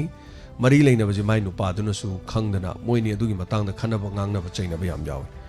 ꯅꯪꯅ ꯑꯩꯕꯨ ꯅꯨꯡꯉꯥꯏꯅ ꯊꯝꯕ ꯉꯝꯗ꯭ꯔꯕꯅꯤꯅ ꯑꯩ ꯀꯃꯂꯦꯁꯀ ꯀꯣꯏꯔꯨꯒꯦ ꯆꯠꯂꯨꯒꯦ ꯈꯣꯠꯂꯨꯒꯦ ꯑꯩꯒ ꯃꯥꯒꯁꯨ ꯃꯔꯨꯞ ꯑꯣꯏ ꯇꯤꯟꯅꯕꯅꯤ ꯈꯣꯠꯄꯅꯤ ꯍꯥꯏꯕ ꯃꯃꯥꯡꯒꯤ ꯊꯧꯗꯣꯛ ꯋꯥꯊꯣꯛꯁꯦ ꯁꯨꯝ ꯄꯣꯞꯊꯣꯔꯛꯑꯦ ꯍꯥꯏꯇꯥꯔꯦ 6 ꯑꯋꯥꯔꯗꯨ ꯃꯅꯨꯡꯗꯨꯗꯅꯤꯀꯣ 6 ꯑꯋꯥꯔꯗꯨ ꯃꯅꯨꯡꯗ ꯁꯨꯝ ꯄꯣꯞꯊꯣꯔꯛꯑꯦ ꯄꯨꯂꯤꯁ ꯑꯇꯩꯗꯤ ꯀꯔꯤꯝꯇ ꯏꯟꯚꯦꯁꯇꯤꯒꯦꯁꯟ ꯇꯧꯗ꯭ꯔꯁꯨ ꯌꯥꯔꯦ ꯁꯅꯥ ꯂꯨꯄꯥ ꯍꯨꯔꯥꯟꯕꯅꯤ ꯍꯥꯏꯕ ꯋꯥꯐꯝꯗꯨꯁꯨ ꯑꯣꯏꯔꯝꯗ꯭ꯔꯦ ꯑꯗꯨꯒꯤ ꯃꯊꯪꯗ ꯀꯃꯂꯦꯁꯀꯤ ꯋꯥꯐꯝ ꯑꯃ ꯂꯥꯛꯑꯦꯕ ꯑꯗꯨ ꯂꯥꯛꯑꯕꯅꯤꯅ ꯃꯃꯩꯊꯪꯗ ꯄꯨꯂꯤꯁꯅ ꯈꯪꯉꯦ ꯀꯥꯟꯅꯔꯔꯣꯏ ꯁꯤꯒꯤ ꯅꯨꯄꯤꯁꯤꯗꯤ ꯃꯉꯣꯟꯗ ꯆꯞꯈꯠꯂꯒ ꯍꯪꯕ ꯃꯇꯝꯗ ꯄꯨꯝꯅꯃꯛ ꯂꯣꯏ ꯊꯣꯛꯂꯛꯑꯅꯤꯅ ꯑꯗꯨꯝ ꯄꯨꯂꯤꯁꯅ ꯈꯟꯈ꯭ꯔꯦꯕ ꯑꯗꯩꯗꯤ ꯃꯉꯣꯟꯗ ꯑꯣꯟꯁꯜꯂꯒ ꯍꯥꯏꯔꯦ ꯄꯨꯝꯅꯃꯛꯁꯦ ꯅꯪꯒꯤ ꯄ꯭ꯂꯥꯟꯅꯤ ꯅꯪꯅ ꯁꯅꯥ ꯍꯨꯔꯥꯜꯂꯦ ꯍꯥꯏꯖꯟꯕ ꯑꯗꯨꯒ ꯅꯪꯅ ꯐꯣꯟꯁꯨ ꯂꯣꯠꯁꯤꯟꯕ ꯅꯁꯥꯅ ꯊꯟꯗꯅ ꯈꯨꯠꯇ ꯐꯤ ꯀꯤꯁꯜꯂꯒ ꯅꯪꯒꯤ ꯅꯄꯨꯔꯣꯏꯕ ꯑꯃꯅ ꯍꯥꯜꯂꯝꯕ ꯍꯨꯔꯥꯟꯕꯁꯤꯡ ꯑꯗꯨꯅ ꯅꯉꯣꯟꯗ ꯀꯔꯤꯒꯨꯝꯕ ꯑꯝꯇꯁꯨ ꯁꯣꯛꯍꯜꯂꯝꯗꯕ ꯅꯪꯕꯨ ꯀꯔꯤꯅꯦꯅ ꯊꯥꯗꯣꯛꯑꯝꯃꯤꯅꯣ ꯑꯗꯨꯅ ꯅꯨꯄꯥ ꯅꯨꯄꯤ ꯑꯅꯤ ꯂꯩꯃꯤꯟꯅꯕ ꯃꯇꯝꯗ ꯅꯨꯄꯥꯗꯨ ꯃꯤꯅ ꯍꯥꯜꯂꯝꯃꯦ ꯍꯥꯏꯔꯗꯤ ꯆꯤꯡꯅꯕꯁꯦ ꯁꯤꯗꯅ ꯂꯩꯍꯧꯕ ꯅꯨꯄꯤꯗꯨꯗ ꯑꯗꯨꯝ ꯈꯔ ꯆꯤꯡꯅꯕ ꯑꯁꯤꯗꯤ ꯄꯨꯂꯤꯁꯀꯤꯗꯤ ꯃꯊꯧꯅꯦꯕ ꯀꯔꯤꯒꯨꯝꯕ ꯅꯨꯄꯤꯗꯨ ꯁꯤꯈ꯭ꯔꯕ ꯃꯄꯨꯔꯣꯏꯕꯅ ꯐꯝꯗꯅ ꯂꯩꯔꯝꯃꯒ ꯑꯩꯕꯨꯁꯨ ꯐꯥꯖꯟꯗꯅ ꯊꯝꯃꯝꯃꯤꯅꯤ ꯑꯩꯒꯤ ꯅꯨꯄꯤꯁꯤ ꯁꯛꯈꯪꯗꯕꯅ ꯍꯥꯠꯂꯝꯃꯦ ꯍꯥꯏ ꯀꯥꯟꯗ ꯆꯤꯡꯅꯕꯁꯤ ꯃꯄꯨꯔꯣꯏꯕꯗ ꯑꯗꯨꯝ ꯆꯤꯡꯅꯩꯀꯣ ꯃꯌꯥꯝ ꯄꯨꯝꯅꯃꯛꯅꯁꯨ ꯏꯃꯨꯡ ꯃꯅꯨꯡꯗ ꯃꯧ ꯑꯃ ꯊꯧꯔꯤ ꯌꯥꯟ ꯁꯤꯔꯝꯕ ꯃꯇꯝꯗ ꯈ꯭ꯋꯥꯏ ꯆꯤꯡꯅꯕꯁꯤ ꯀꯅꯥꯅꯣ ꯃꯅꯦꯝꯕꯣꯛꯀ ꯃꯥꯒꯤ ꯃꯄꯨꯔꯣꯏꯕꯒꯅꯦꯕ ꯈ꯭ꯋꯥꯏ ꯆꯤꯡꯅꯩꯁꯦ ꯍꯥꯠꯂꯝꯕ ꯌꯥꯏ ꯍꯥꯠꯂꯝꯗꯕ ꯌꯥꯏ ꯏꯃꯨꯡꯗ ꯊꯧꯔꯤ ꯌꯥꯟ ꯁꯤꯔꯦ ꯍꯥꯏꯗꯤ ꯃꯅꯦꯝꯕꯣꯛꯀ ꯃꯋꯥꯒꯅ ꯃꯄꯨꯔꯣꯏꯕꯒꯅ ꯑꯣꯠ ꯅꯩꯕ ꯑꯣꯏꯔꯝꯒꯅꯤ ꯍꯦꯛꯇ ꯍꯥꯏꯅꯩꯕ ꯍꯥꯏꯅꯗ꯭ꯔꯅꯦ ꯍꯥꯠꯂꯝꯕꯁꯨ ꯌꯥꯏꯀꯣ ꯑꯗꯨꯅ ꯉꯁꯥꯏꯒꯤ ꯗꯦꯕ ꯀ꯭ꯔꯤꯁꯅ ꯄꯨꯔꯣꯍꯤꯠꯁꯤ ꯁꯤꯕ ꯃꯇꯝꯗ ꯃꯀꯣꯛꯇꯁꯨ ꯎꯇꯨꯞꯀꯨꯝꯕꯅ ꯀꯟꯕꯒꯤ ꯃꯐꯝ 12ꯁꯨ ꯂꯩꯔꯕ ꯑꯗꯨꯒ ꯃꯥꯏ ꯅꯨꯄꯤꯗꯅ ꯁꯝꯅꯥꯐꯥꯎ ꯁꯣꯛꯍꯜꯂꯝꯗꯕ ꯃꯥꯏ ꯅꯨꯄꯤꯗꯨ ꯃꯁꯛ ꯃꯇꯧꯁꯨ ꯐꯖꯩ ꯂꯨꯄꯥ ꯂꯥꯛ 3ꯁꯨ ꯂꯧꯈ꯭ꯔꯦ ꯂꯨꯄꯥ ꯂꯥꯛ 50,000 ꯑꯃꯁꯨ ꯂꯧꯈ꯭ꯔꯦ ꯃꯥꯏ ꯅꯨꯄꯤꯗꯨ ꯃꯣꯏꯅ ꯏꯖꯠꯁꯨ ꯁꯣꯛꯑꯝꯗꯦ ꯐꯨꯁꯨ ꯐꯨꯔꯝꯗꯦ ꯆꯩꯐꯝ ꯑꯝꯇꯁꯨ ꯂꯩꯔꯝꯗꯦ ꯃꯥꯡꯈ꯭ꯔꯦ ꯍꯥꯏꯕ ꯁꯅꯥ ꯂꯨꯄꯥꯗꯨꯁꯨ ꯂꯩꯔꯝꯃꯤ ꯑꯗꯨ ꯑꯣꯏꯇꯥꯔꯒꯗꯤ ꯑꯗꯣꯝꯅ ꯄꯨꯂꯤꯁ ꯑꯣꯏꯔꯁꯨ ꯑꯗꯨꯝ ꯏꯔꯥꯏ ꯂꯥꯏꯅ ꯐꯥꯔꯅꯦꯕ ꯑꯗꯣ ꯀꯃꯂꯦꯁ ꯀꯧꯕ ꯅꯨꯄꯥꯒꯁꯨ ꯃꯔꯤ ꯂꯩꯅꯩꯅ ꯍꯥꯏꯔꯦꯗꯣ ꯑꯗꯩꯗꯤ ꯐꯣꯟꯁꯨ ꯑꯃꯨꯛ ꯃꯥꯡꯍꯟꯈ꯭ꯔꯦ ꯃꯥꯏ ꯐꯣꯟꯗꯨꯗ ꯀꯃꯂꯦꯁꯇ ꯀꯣꯛꯊꯣꯛ ꯀꯣꯛꯁꯤꯟ ꯇꯧꯕ꯭ꯔꯥ ꯈꯣꯠꯄ꯭ꯔꯥ ꯍꯥꯏꯅ ꯍꯪꯗꯧꯁꯨ ꯃꯃꯩꯊꯪꯗꯗꯤ ꯎꯄꯥꯏ ꯁꯨꯡꯂꯩ ꯂꯩꯇ꯭ꯔꯦ ꯃꯥꯒꯤ ꯊꯣꯛꯂꯛꯏꯕ ꯐꯣꯇꯣ ꯃꯌꯥꯝꯁꯤꯅꯦꯕ ꯀꯗꯥꯏꯗꯒꯤ ꯊꯣꯛꯂꯛꯏꯅꯣ ꯃꯥꯏ ꯐꯣꯟꯗꯒꯤ ꯊꯣꯛꯂꯛꯄ ꯉꯥꯛꯇꯅꯦꯕ ꯑꯩꯈꯣꯏꯗ ꯍꯥꯟꯅ ꯐꯣꯡꯕ ꯐꯣꯇꯣ ꯅꯠꯇꯦꯕ ꯁꯤ ꯂꯩꯁꯤꯡꯁꯤ ꯃꯃꯩꯊꯪꯗꯗꯤ ꯃꯉꯣꯟꯗ ꯆꯞꯈꯠꯂꯦ ꯄꯨꯂꯤꯁꯅ ꯃꯉꯣꯟꯗ ꯁꯁꯇꯦꯟ ꯏꯟꯇꯣꯔꯣꯒꯦꯁꯟ ꯇꯧꯔꯦ ꯅꯨꯄꯤ ꯄꯨꯂꯤꯁ ꯀꯧꯔꯦ ꯋꯥꯍꯪ ꯄꯥꯎꯍꯪꯉꯦ ꯌꯨꯝ ꯑꯗꯨꯗ ꯃꯉꯣꯟꯗ ꯋꯥ ꯍꯪꯉꯦ ꯅꯆꯤꯟ ꯊꯤꯒꯅꯨ ꯅꯪꯅ ꯁꯅꯥ ꯂꯨꯄꯥꯁꯨ ꯅꯪꯅ ꯍꯨꯔꯥꯟꯗꯅ ꯍꯨꯔꯥꯜꯂꯦ ꯍꯥꯏꯖꯟꯕ ꯅꯄꯨꯔꯣꯏꯕꯁꯨ ꯃꯤ ꯅꯪꯅ ꯁꯣꯏꯗꯅꯃꯛꯀꯤ ꯃꯤ ꯇꯧꯔꯒ ꯍꯥꯠꯍꯟꯕ ꯑꯣꯏꯔꯝꯒꯅꯤ ꯀꯃꯂꯦꯁ ꯀꯗꯥꯏꯗ ꯂꯩ ꯍꯥꯏꯗꯅ ꯃꯊꯪ ꯆꯞꯈꯠꯂ ꯍꯪꯕꯗꯗꯤ ꯅꯨꯄꯤꯗꯨ ꯀꯔꯤꯝꯇ ꯆꯦꯟꯕ ꯉꯝꯗ꯭ꯔꯦ ꯃꯊꯪ ꯂꯣꯏ ꯍꯥꯏꯗꯣꯔꯛꯈ꯭ರೆ ꯆꯨꯝꯃꯤ ꯀꯃꯂꯦꯁꯀ ꯑꯩꯒ 2017ꯗꯒꯤ ꯃꯔꯤ ꯂꯩꯅꯔꯛꯏ ꯑꯩꯒꯤ ꯏꯄꯨꯔꯣꯏꯕꯅ ꯑꯩꯕꯨ ꯅꯨꯡꯉꯥꯏꯅ ꯊꯝꯗꯦ ꯑꯩꯕꯨ ꯍꯔꯥꯎꯅ ꯊꯝꯗꯦ ꯑꯗꯨꯒ ꯃꯥꯒ ꯑꯩꯒ ꯂꯩꯃꯤꯟꯅꯕꯗ ꯅꯤꯡꯕ ꯊꯨꯡꯗꯦ ꯃꯥꯗꯤ ꯀꯨꯆꯨꯁꯨ ꯃꯨꯏ ꯑꯗꯨꯒ ꯃꯁꯛ ꯊꯤ ꯃꯥꯒ ꯑꯩꯒ ꯈꯥꯏꯅꯁꯤ ꯀꯌꯥꯔꯛ ꯍꯥꯏ ꯃꯇꯝꯗ ꯃꯥꯅ ꯌꯥꯕ ꯀꯧꯕ ꯂꯩꯇꯦ ꯑꯩꯉꯣꯟꯗ ꯑꯗꯨꯝ ꯌꯦꯠꯇꯨꯅ ꯂꯩ ꯑꯗꯨꯅ ꯀꯃꯂꯦꯁꯀ ꯑꯩꯒ ꯃꯔꯤ ꯂꯩꯅꯩ ꯍꯥꯏꯕ ꯋꯥꯐꯝꯁꯤꯅꯦꯕ ꯑꯗꯨꯅ ꯀꯃꯂꯦꯁ ꯍꯥꯏꯔꯤꯕ ꯃꯤꯁꯤꯗ ꯃꯉꯣꯟꯗ ꯃꯥꯅ ꯋꯥꯔꯤ ꯁꯥꯟꯅꯔꯦ ꯃꯗꯨꯗꯤ ꯃꯈꯣꯏ ꯑꯅꯤꯒꯤ ꯂꯝꯕꯤꯗ ꯃꯄꯨꯔꯣꯏꯕꯅ ꯌꯦꯠꯂꯦ ꯃꯄꯨꯔꯣꯏꯕꯅ ꯍꯥꯏꯔꯦ ꯅꯪ ꯀꯃꯂꯦꯁꯀ ꯂꯥꯞꯊꯣꯛꯅꯧ ꯀꯃꯂꯦꯁꯀ ꯅꯨꯡꯁꯤꯅꯕ ꯌꯥꯔꯣꯏ ꯀꯃꯂꯦꯁꯀ ꯇꯤꯟꯅꯕ ꯌꯥꯔꯣꯏꯅ ꯃꯉꯣꯟꯗ ꯀꯤꯍꯟꯈꯤꯕ ꯀꯌꯥꯔꯛ ꯂꯩꯈꯤꯕ ꯈꯟꯅꯕꯁꯨ ꯀꯌꯥꯔꯛ ꯂꯩꯈꯤꯕ ꯑꯗꯨ ꯃꯋꯥ ꯂꯧꯈꯤꯗꯦꯕ ꯄ꯭रिꯌꯥꯡꯀꯥꯅ ꯃꯃꯩꯊꯪꯗ ꯀꯩꯗꯧꯔꯦ ꯃꯄꯨꯔꯣꯏꯕ ꯌꯨꯝꯗ ꯊꯝꯃꯝꯃꯒ ꯃꯄꯥꯝꯗ ꯂꯥꯛꯑꯦ ꯃꯄꯥꯝꯗ ꯂꯥꯛꯑꯀꯥꯟꯗ ꯃꯥꯅ ꯎꯅꯔꯦ ꯀꯃꯂꯦꯁꯀ ꯎꯅꯔꯦ ꯄ꯭ꯂꯥꯟ ꯇꯧꯔꯦ ꯀꯃꯥꯏꯅ ꯇꯧꯁꯤꯒꯦ ꯍꯥꯏ ꯀꯥꯟꯗ ꯅꯪ ꯃꯤ ꯑꯃ ꯊꯤꯕ ꯉꯝꯃꯣꯏꯗ꯭ꯔꯥ ꯍꯥꯏꯔꯦ ꯀꯩꯗꯧꯗꯣꯏꯅꯣ ꯍꯥꯏ ꯃꯥ ꯗꯦꯕꯁꯦ ꯍꯥꯠꯇꯣꯛꯈ꯭ꯔꯁꯦꯅ ꯍꯥꯏ ꯑꯗꯨ ꯀꯃꯥꯏꯅ ꯇꯧꯕꯅ ꯍꯥꯏ ꯃꯤ ꯑꯃ ꯊꯤꯔꯣ ꯀꯩꯅꯣ ꯑꯩ ꯂꯨꯄꯥ 1,00,000 ꯄꯤꯔꯛꯑꯒꯦ ꯑꯦꯗꯚꯥꯟꯁ ꯑꯣꯏꯅ ꯂꯨꯄꯥ 50,000 ꯄꯥꯏꯔꯣ ꯅꯪ ꯃꯤ ꯑꯃ ꯊꯤꯔꯣ ꯍꯥꯏ ꯀꯥꯟꯗ ꯌꯦꯁ ꯑꯩ ꯃꯤ ꯑꯃ ꯊꯤꯔꯒꯦꯅ ꯁꯨꯔꯦꯟꯗ꯭ꯔ ꯀꯧꯕ ꯃꯤ ꯑꯃ ꯊꯤꯔꯦꯕ ꯁꯨꯔꯦꯟꯗ꯭ꯔꯗ ꯇꯥꯡ 4ꯁꯤꯗ ꯃꯤ ꯑꯃꯇ ꯍꯥꯠꯁꯦꯅ ꯑꯗꯨꯀꯥꯟꯗꯨꯗ ꯃꯄꯥꯝꯗ ꯂꯩꯕꯅꯤꯀꯣ ꯉꯁꯥꯏ ꯄ꯭रिꯌꯥꯡꯀꯥꯁꯦ ꯑꯗꯨꯒ ꯍꯟꯗꯛ ꯑꯦꯄ꯭ꯔꯤꯜꯒꯤ ꯇꯥꯡ 4ꯁꯤ ꯅꯪꯅꯕ ꯃꯄꯥꯝꯗꯒꯤ ꯍꯜꯂꯛꯑꯦꯕ ꯀꯗꯥꯏꯗ ꯍꯜꯂꯛꯏꯕ ꯃꯄꯨꯔꯣꯏꯕꯁꯦ ꯍꯥꯠꯅꯕ ꯃꯌꯨꯝꯗ ꯍꯜꯂꯛꯑꯦꯕ ꯑꯗꯨꯒꯗꯤ ꯃꯣꯏ ꯄ꯭ꯂꯥꯟꯁꯦ ꯇꯧꯔꯦ ꯄ꯭ꯂꯥꯟꯁꯦ ꯇꯧꯔꯀꯥꯟꯗ ꯊꯦꯡꯉꯛꯑꯀꯥꯟꯗ ꯀꯩꯗꯧꯒꯦꯗ ꯁꯨꯔꯦꯟꯗ꯭ꯔ ꯍꯥꯏꯁꯦ ꯃꯥ ꯊꯕꯛ ꯑꯃ ꯂꯩꯔꯦ ꯑꯩ ꯉꯁꯤ ꯃꯤ ꯍꯥꯠꯄ ꯂꯥꯛꯄ ꯉꯝꯃꯔꯣꯏꯅ ꯌꯩꯊꯣꯔꯛꯑꯦꯕ ꯑꯗꯩꯗꯤ ꯃꯣꯏ ꯀꯃꯥꯏꯅ ꯇꯧꯁꯤꯒꯦꯅ ꯍꯥꯏ ꯀꯥꯟꯗ ꯇꯥꯡ 4 5 6 7 ꯍꯥꯠꯂꯁꯤ ꯁꯤꯅꯤ ꯃꯣꯏ ꯂꯦꯞꯅꯩꯁꯦ ꯅꯨꯃꯤꯠ 6 ꯑꯃ ꯌꯩꯊꯣꯛꯑꯦ 6 ꯑꯃ ꯌꯩꯊꯣꯛꯑꯀꯥꯟꯗ ꯑꯩꯈꯣꯏꯒꯤ ꯁꯨꯔꯦꯟꯗ꯭ꯔꯁꯤ ꯁꯪꯉꯦ ꯍꯥꯏꯇꯥꯔꯦ ꯃꯥ ꯁꯪꯉꯀꯥꯟꯗ ꯀꯔꯝꯍꯥꯏꯅ ꯍꯥꯠꯂꯦ ꯅꯨꯃꯤꯗꯥꯡꯒꯤ ꯃꯇꯝ ꯌꯧꯁꯜꯂꯦ ꯅꯨꯃꯤꯗꯥꯡꯒꯤ ꯃꯇꯝ ꯌꯧꯔꯀꯥꯟꯗ ꯃꯥꯅ ꯃꯃꯥꯡ ꯊꯣꯡꯁꯦ ꯂꯣꯛ ꯇꯧꯗ꯭ꯔꯦꯕ ꯃꯄꯨꯔꯣꯏꯕ ꯁꯣꯟ ꯇꯨꯝꯃꯤꯉꯩꯗ ꯂꯣꯛ ꯇꯧꯗ꯭ꯔꯦ ꯑꯗꯨꯒ ꯁꯨꯔꯦꯟꯗ꯭ꯔꯒ ꯀꯃꯂꯦꯁꯀ ꯆꯪꯉꯛꯈ꯭ꯔꯦꯕ ꯏꯃꯨꯡꯗ ꯑꯗꯨꯒ ꯃꯐꯝ ꯑꯗꯨꯗ ꯆꯪꯉꯒ ꯃꯄꯨꯔꯣꯏꯕ ꯐꯃꯨꯡꯗ ꯂꯩꯔꯤꯕ ꯃꯄꯨꯔꯣꯏꯕꯗꯨ ꯃꯈꯣꯏ ꯑꯅꯤ ꯆꯪꯉꯒ ꯁꯨꯔꯦꯟꯗ꯭ꯔꯒ ꯇꯧꯔꯀꯥꯟꯗ ꯃꯀꯣꯛꯇ ꯌꯣꯠꯅ ꯆꯩꯅ ꯀꯟꯊꯔꯦꯕ ꯎꯄꯥꯏ ꯂꯩꯇꯦ ꯃꯈꯨꯠꯀ ꯄꯨꯟꯗꯅ ꯐꯥꯔꯦ ꯒꯥꯏꯅ ꯃꯥꯅ ꯍꯥꯏꯖꯜꯂꯦ ꯑꯍꯥꯟꯕꯗ ꯄꯨꯂꯤꯁꯇ ꯍꯥꯏꯕꯗ ꯑꯩ ꯉꯁꯥꯏ ꯆꯤꯊꯤꯍꯧꯕꯅꯦ ꯀꯃꯥꯏꯅ ꯐꯥꯕ ꯍꯥꯏ ꯀꯥꯟꯗ ꯑꯩꯈꯣꯏ ꯑꯅꯤ ꯁꯛꯈꯪꯗꯕꯁꯤꯡꯅ ꯐꯥꯔꯒ ꯑꯩꯅ ꯀꯥ ꯑꯃꯗ ꯊꯝꯃꯦ ꯃꯥꯅ ꯀꯥ ꯑꯃꯗ ꯊꯝꯃꯦ ꯑꯗꯨꯒ ꯁꯅꯥ ꯂꯨꯄꯥꯁꯤꯡꯗꯣ ꯃꯣꯏꯅ ꯂꯣꯏ ꯂꯧꯕ ꯂꯣꯏꯔꯀꯥꯟꯗ ꯑꯩꯒꯤ ꯅꯨꯄꯥꯗꯨꯅ ꯌꯦꯠꯂꯨꯕꯅꯤ ꯑꯗꯨꯒ ꯑꯌꯦꯠꯄ ꯄꯤꯔꯨꯕꯗꯒꯤ ꯃꯉꯣꯟꯗ ꯃꯣꯏꯅ ꯆꯩ ꯀꯜꯂ ꯃꯀꯣꯛꯇ ꯊꯨꯒꯥꯏꯔ ꯍꯥꯠꯄꯅꯦꯅ ꯍꯥꯏꯌꯦꯕ ꯃꯥꯅ ꯀꯥ ꯑꯃꯃꯝꯗ ꯊꯝꯃꯦ ꯀꯥꯏꯅ ꯍꯥꯏꯖꯜꯂꯦ ꯍꯥꯏꯇꯥꯔꯦ ꯑꯗꯨ ꯇꯁꯦꯡꯕꯗꯤ ꯑꯗꯨꯃꯥꯏꯅ ꯇꯧꯗꯅ ꯁꯨꯔꯦꯟꯗ꯭ꯔꯒ ꯇꯧꯔꯒ ꯊꯕꯛꯁꯦ ꯄꯥꯡꯊꯣꯛꯄꯅꯤ ꯍꯥꯏꯕ ꯋꯥꯐꯝ ꯑꯁꯦ ꯃꯥ ꯃꯁꯥꯃꯛꯅ ꯄ꯭ꯔꯤꯌꯥꯡꯀꯥꯅ ꯂꯣꯏꯅ ꯌꯥꯖꯔꯦ ꯎꯄꯥꯏ ꯂꯩꯇ꯭ꯔꯦ ꯑꯗꯨ ꯀꯔꯤꯒꯤꯅꯣ ꯅꯪ ꯅꯨꯄꯥꯁꯦ ꯅꯪ ꯈꯥꯏꯅꯅꯤꯡꯉꯤꯅꯦ ꯍꯥꯏꯔꯒꯅ ꯃꯥꯏ ꯅꯨꯄꯥꯁꯨ ꯃꯨꯏ ꯃꯁꯛ ꯊꯤ ꯃꯉꯣꯟꯗ ꯑꯩꯅ ꯀꯌꯥꯔꯛ ꯈꯥꯏꯅꯁꯦ ꯍꯥꯏꯕꯅꯤ ꯑꯗꯨ ꯈꯥꯏꯅꯁꯤ ꯌꯥꯗꯦ ꯑꯗꯨꯒ ꯃꯥꯅ ꯅꯨꯡꯉꯥꯏꯅ ꯊꯝꯗꯕꯅꯤꯅ ꯑꯩꯒꯤ ꯑꯇꯣꯞꯄ ꯄꯨꯟꯁꯤ ꯑꯃꯗ ꯑꯩ ꯅꯨꯡꯉꯥꯏꯅ ꯍꯤꯡꯖꯒꯦ ꯇꯧꯕꯅꯤ ꯃꯥꯅ ꯑꯩꯒꯤ ꯂꯝꯕꯤꯗ ꯑꯌꯦꯠꯄ ꯄꯤꯔꯛꯄꯅꯤ ꯑꯗꯨꯅ ꯎꯄꯥꯏ ꯂꯩꯇꯦ ꯃꯍꯥꯛꯄꯨ ꯍꯥꯠꯅꯅꯕꯒꯤ ꯄ꯭ꯂꯥꯟ ꯑꯁꯤ ꯅꯠꯇ꯭ꯔꯕꯗꯤ ꯑꯇꯣꯞꯄ ꯄ꯭ꯂꯥꯟ ꯑꯃꯠꯇ ꯂꯩꯇꯦ ꯑꯗꯨꯅ ꯑꯁꯨꯝꯅ ꯇꯧꯗꯨꯅ ꯀꯃꯂꯦꯁꯀ ꯃꯈꯣꯏ ꯑꯅꯤꯅ ꯊꯕꯛ ꯑꯁꯤ ꯆꯠꯊꯈꯤꯕꯅꯤ ꯍꯥꯏꯗꯅ ꯃꯁꯛ ꯃꯇꯧ ꯐꯖꯔꯕꯤ ꯄ꯭ꯔꯤꯌꯥꯡꯀꯥ ꯃꯙ꯭ꯌ ꯄ꯭ꯔꯗꯦꯁ ꯑꯗꯨꯒ ꯙꯔꯀꯥꯄꯨꯔꯥ ꯍꯥꯏꯔꯤꯕ ꯃꯐꯝ ꯑꯁꯤꯗ ꯊꯣꯛꯈꯤꯕ ꯂꯨꯄꯥ ꯂꯥꯈ ꯑꯃꯒꯤ ꯁꯨꯄꯥꯔꯤ ꯄꯤꯔꯒ ꯃꯁꯥꯃꯛꯀꯤ ꯃꯄꯨꯔꯣꯏꯕꯕꯨ ꯍꯥꯠꯅꯅꯕꯒꯤ ꯄ꯭ꯂꯥꯟ ꯇꯧꯈꯤꯕꯤ ꯄ꯭ꯔꯤꯌꯥꯡꯀꯥꯒꯤ ꯊꯕꯛ ꯄ꯭ꯂꯥꯟ ꯄꯨꯝꯅꯃꯛ ꯐꯦꯜ ꯑꯣꯏꯈꯤ ꯃꯁꯛ ꯃꯇꯧ ꯐꯖꯕꯤꯗ ꯉꯥꯎꯕꯤ ꯀꯃꯂꯦꯁ ꯍꯥꯏꯔꯤꯕꯁꯤ ꯄꯥꯈꯪ ꯅꯠꯇꯦ ꯃꯍꯥꯛꯁꯨ ꯃꯆꯥ ꯑꯅꯤ ꯂꯩꯔꯕ ꯐꯦꯃꯤꯂꯤ ꯑꯃꯒꯤ ꯅꯨꯄꯥ ꯑꯃꯅꯤ ꯃꯁꯛ ꯃꯇꯧ ꯐꯖꯕꯤ ꯄ꯭ꯔꯤꯌꯥꯡꯀꯥꯒꯤ ꯅꯨꯡꯁꯤꯕ ꯐꯖꯕꯗ ꯉꯥꯎꯔꯨꯕꯗꯒꯤ ꯃꯍꯥꯛꯁꯨ ꯗꯁꯥ ꯇꯥꯔꯦ ꯃꯤ ꯍꯥꯠꯄꯗ ꯌꯥꯎꯕꯒꯤꯗꯃꯛ ꯂꯣꯏꯅꯅ ꯊꯧꯗꯣꯛ ꯑꯗꯨꯗ ꯌꯥꯎꯕ ꯀꯃꯂꯦꯁꯀ ꯄꯨꯟꯅ ꯂꯥꯛꯃꯤꯟꯅꯈꯤꯕ ꯂꯨꯄꯥ ꯂꯥꯈ ꯑꯃꯈꯛꯇꯒꯤ ꯃꯤ ꯍꯥꯠꯄꯗ 50,000 ꯑꯦꯗꯚꯥꯟꯁ ꯂꯧꯔꯨꯕ ꯁꯨꯔꯦꯟꯗ꯭ꯔ ꯃꯍꯥꯛꯁꯨ ꯃꯔꯥ ꯂꯩꯔꯦ ꯑꯩꯅ ꯎꯠꯆꯔꯤꯕ ꯚꯤꯗꯤꯑꯣ ꯑꯁꯤꯗ ꯑꯩꯅ ꯉꯁꯥꯏ ꯁꯦꯝꯕꯗ ꯍꯥꯏꯕ ꯇꯥꯔꯦ ꯄ꯭ꯔꯤꯌꯥꯡꯀꯥ ꯐꯥꯕꯒꯤ ꯐꯣꯇꯣꯗꯨꯗꯤ ꯍꯥꯞꯍꯧꯗ꯭ꯔꯦ ꯑꯦꯅꯤꯋꯦ ꯑꯃ ꯑꯣꯏꯔꯦ ꯉꯁꯤꯒꯤ ꯊꯧꯗꯣꯛ ꯑꯁꯤꯗꯒꯤ ꯑꯗꯣꯝꯒꯤ ꯊꯃꯣꯏꯗ ꯀꯔꯤ ꯐꯥꯎꯕꯒꯦ ꯀꯦꯁ ꯑꯅꯤꯅꯤ ꯑꯩꯅ ꯂꯤꯖꯔꯤꯕ ꯅꯨꯡꯁꯤꯅꯗꯕꯒꯤꯗꯃꯛ ꯂꯝꯕꯤꯗ ꯅꯣꯡꯃꯩꯅ ꯀꯥꯞꯂꯒ ꯍꯥꯠꯅꯅꯕꯒꯤꯗꯃꯛ ꯄ꯭ꯂꯥꯟ ꯇꯧꯈꯤꯕ ꯑꯗꯨꯒ ꯈꯨꯠꯇ ꯅꯣꯡꯃꯩ ꯄꯥꯏꯔꯦ ꯍꯥꯏꯗꯨꯅ ꯃꯤꯕꯨ ꯉꯝꯃꯤ ꯍꯥꯏꯗꯨꯅ ꯂꯝꯕꯤꯗ ꯋꯥꯀꯤꯡ ꯂꯥꯛꯄ ꯃꯇꯝꯗ ꯃꯈꯨꯠꯇ ꯄꯥꯏꯕ ꯅꯣꯡꯃꯩꯅ ꯎꯀꯤꯜ ꯑꯃꯕꯨ ꯅꯣꯡꯃꯩꯅ ꯀꯥꯞꯇꯨꯅ ꯍꯥꯠꯈꯤꯕ ꯄꯨꯡ 10:05ꯒꯤ ꯃꯅꯨꯡꯗ ꯄꯨꯂꯤꯁꯅ ꯐꯥꯔꯒ ꯃꯍꯥꯛꯄꯨꯁꯨ ꯀꯩꯁꯨꯝ ꯁꯪꯗ ꯃꯈꯣꯡꯗ ꯅꯣꯡꯃꯩ ꯃꯔꯨ 2 ꯄꯥꯜꯂꯒ ꯄꯨꯔꯛꯈꯤꯕ ꯊꯧꯗꯣꯛ ꯊꯣꯛꯈꯤꯕ ꯀꯨꯏꯗ꯭ꯔꯤꯕ ꯍꯥꯏꯕ ꯇꯥꯔꯦ ꯌꯥꯝꯅ ꯀꯨꯏꯗ꯭ꯔꯤꯕ ꯑꯗꯨꯒꯨꯝꯕ ꯊꯧꯗꯣꯛ ꯑꯃꯅꯤ ꯑꯗꯨꯒ ꯍꯧꯈꯤꯕ ꯇꯥꯡ 18ꯗ ꯊꯣꯛꯈꯤꯕ ꯊꯧꯗꯣꯛ ꯑꯗꯨꯒ ꯁꯤ ꯑꯅꯤꯁꯨꯕꯗ ꯂꯤꯖꯔꯤꯕꯁꯤꯅ ꯑꯦꯄ꯭ꯔꯤꯜꯒꯤ ꯇꯥꯡ 8ꯗ ꯊꯣꯛꯈꯤꯕ ꯂꯥꯏꯕꯛ ꯊꯤꯔꯕ ꯑꯩꯈꯣꯏꯒꯤ ꯂꯝꯗꯝ ꯑꯁꯤꯗ ꯃꯤꯅꯨꯡꯁꯤ ꯍꯩꯇꯕꯁꯤꯡꯅ ꯔꯣꯀꯦꯠ ꯀꯥꯞꯁꯟꯗꯨꯅ ꯏꯃꯨꯡ ꯑꯃꯗ ꯅꯨꯡꯁꯤꯔꯕ ꯏꯆꯥ ꯑꯅꯤ ꯍꯥꯠꯈꯤꯕ ꯅꯨꯃꯤꯠ ꯍꯥꯏꯕ ꯇꯥꯔꯦ ꯅꯨꯃꯤꯠꯁꯤꯗ ꯊꯣꯛꯈꯤꯕ ꯊꯧꯗꯣꯛꯁꯤꯡꯅꯤ ꯑꯗꯣꯝꯒꯤ ꯊꯃꯣꯏꯗ ꯀꯔꯤ ꯐꯥꯎꯕꯤꯕꯒꯦ ꯃꯁꯤꯅꯤ ꯑꯔꯥꯟꯕꯕꯨ ꯇꯧꯔꯕꯗꯤ ꯆꯩꯔꯥꯛ ꯂꯣꯏ ꯐꯪꯈꯤ ꯉꯁꯤꯒꯤ ꯑꯅꯤꯃꯛ ꯀꯦꯁ ꯑꯅꯤꯃꯛꯁꯤ ꯄꯨꯂꯤꯁꯅ ꯐꯥꯔꯒ ꯂꯣꯏꯁꯤꯟꯈꯤꯕ ꯀꯦꯁ ꯑꯃꯅꯤ इंटरनेट थिंगबना मरम ओरकांदा नुंगतिगी पुंगफम असिदा संदोक्सरम इंस्पेक्टर तेयाई संदोक्तरे क्राइम अपडेट ना रेडियो दा ताबिरिबा सिंगी अदुगा इंटरनेट खरगा यारिबा सिंगना ताबिनना बाहायदना थोरमसी सेमजबनी स्पेशली इंस्पेक्टर तेयाई नुंगसिबिबा सिंग मयामगे हैबा तारे नॉट फॉर द व्यूज की दमक्ता दिनत्रे व्यूज ति करिम याउद्रे मरमनि इंटरनेट याद्रमनि ना हाइतारे अदुगा होजि होजिकसु लाइव ता लेबिरिसिन लाइव ति यंगिस ओनली 48 खक्तनि मी यंगिस अदा हायंग बाउददि मी लिसिंग अनि गा यंबिबि याय अदुगा not for the views ma'am ताबिरिबा सिंग अथेंगबदा पुंगफम असिदा तारिबा सिंगिदमक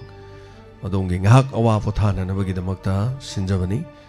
ताबिरिबा सिंगना पिबिरकपा फीडबैक कमेंट खरा तेंतकना पाबगी तंजादा लोगजकी दोमदोमना पिबिरकपा फीडबैक खरादा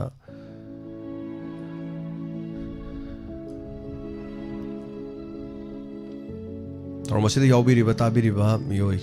उमफुगा माथोय अनना थागचरी Mamani Tombia Sim, Tagachari Sorojini Nong Tombam, Rajendra Kumar, Tagachari,